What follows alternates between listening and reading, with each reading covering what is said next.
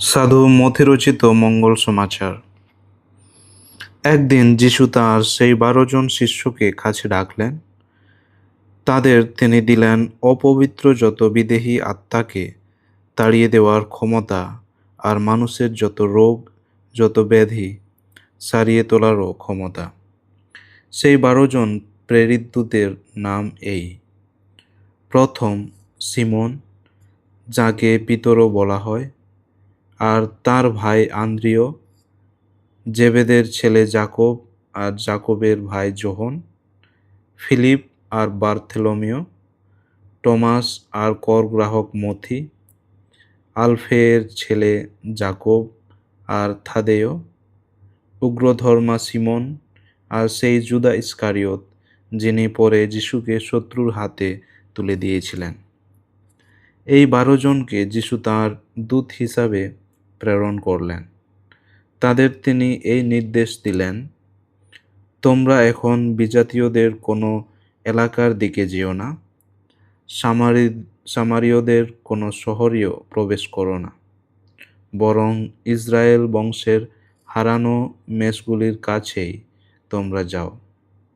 পথে যেতে যেতে তোমরা এই বাণী সকলকে শোনাও যে স্বর্গরাজ্য এখন খুব কাছেই। এই হলো প্রভু যিশুর মঙ্গল সমাচার। প্রভু যিশু, তোমার মহিমা প্রচারিত হোক। খ্রিস্টতে আমার পরম প্রিয়জনেরা, আজকের মঙ্গল সমাচারে আমরা শুনি যিশু তাঁর 12 জন শিষ্যকে মনোনীত করলেন এবং তাদেরকে বিশেষ মিশনের জন্য পাঠালেন। এদের মধ্যে অনেকেই ছিলেন সাধারণ মৎস্যজীবী, মধ্যে ছিলেন কর গ্রাহক, আবার অন্যদেরও ভিন্ন ভিন্ন পেশা ছিল, কিন্তু বেশিরভাগই ছিলেন জেলে। প্রশ্ন জাগে, প্রভু যিশু কেন তাদেরকেই বেছে নিলেন? তিনি তো চাইলে রাজনীতিবিদ, পণ্ডিত বা ধনী শক্তিশালী মানুষদের নিতে পারতেন, কিন্তু তিনি বেছে নিলেন সাধারণ জেলেদের। কারণ জেলেদের মধ্যে কিছু বিশেষ গুণ থাকে, আর সেগুলি হলো ধৈর্য, সাহস, একসাথে কাজ করার ক্ষমতা এবং অপরকে বোঝার মনোভাব। জেলেরা সমুদ্রে মাছ ধরতে যায় ধৈর্য নিয়ে। অনেক সময় তারা মাছ পায় না, তবুও তারা হাল ছাড়ে না। ঝড় ঝাপটার মাঝেও তারা সাহস করে এগিয়ে যায়।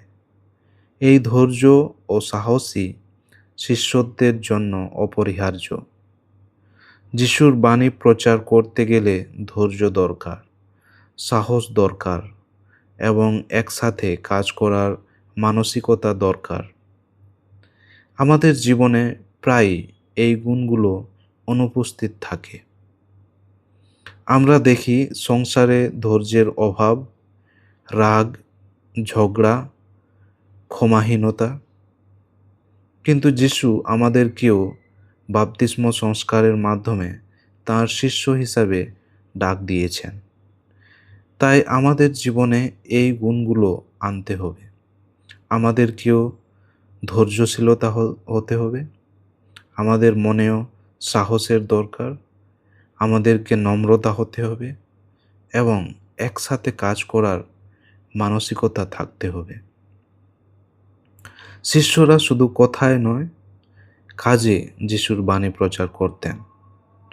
আমরাও যেন কাজের মাধ্যমে যিশুর প্রেম প্রকাশ করি, অপরকে বিচার না করে বোঝার চেষ্টা করি, তাদেরকে ভালো পথে নিয়ে যাওয়ার চেষ্টা করি। আরেকটি গুরুত্বপূর্ণ দিক হলো, শিষ্যরা সবসময় যিশুর সাথে থাকতেন। তার সান্নিধ্যেই তারা শক্তি পেতেন। আমরাও যদি সত্যিকারের শিষ্য হতে চাই, তবে যিশুর সাথে থাকতে হবে, তার বাক্য অনুসারে জীবনযাপন করতে হবে, পাপ থেকে বিরত থাকতে হবে। তাই প্রিয়জনেরা, আজকের মঙ্গল সমাচার আমাদের শেখায় আমরাও যেন যিশুর শিষ্য হই।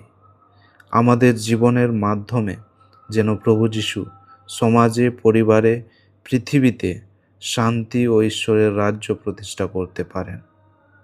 আসুন আমরা প্রার্থনা করি যেন প্রভু যিশুর কৃপায় আমরা তাঁর সত্যিকারের শিষ্য হয়ে উঠতে পারি। আমেন।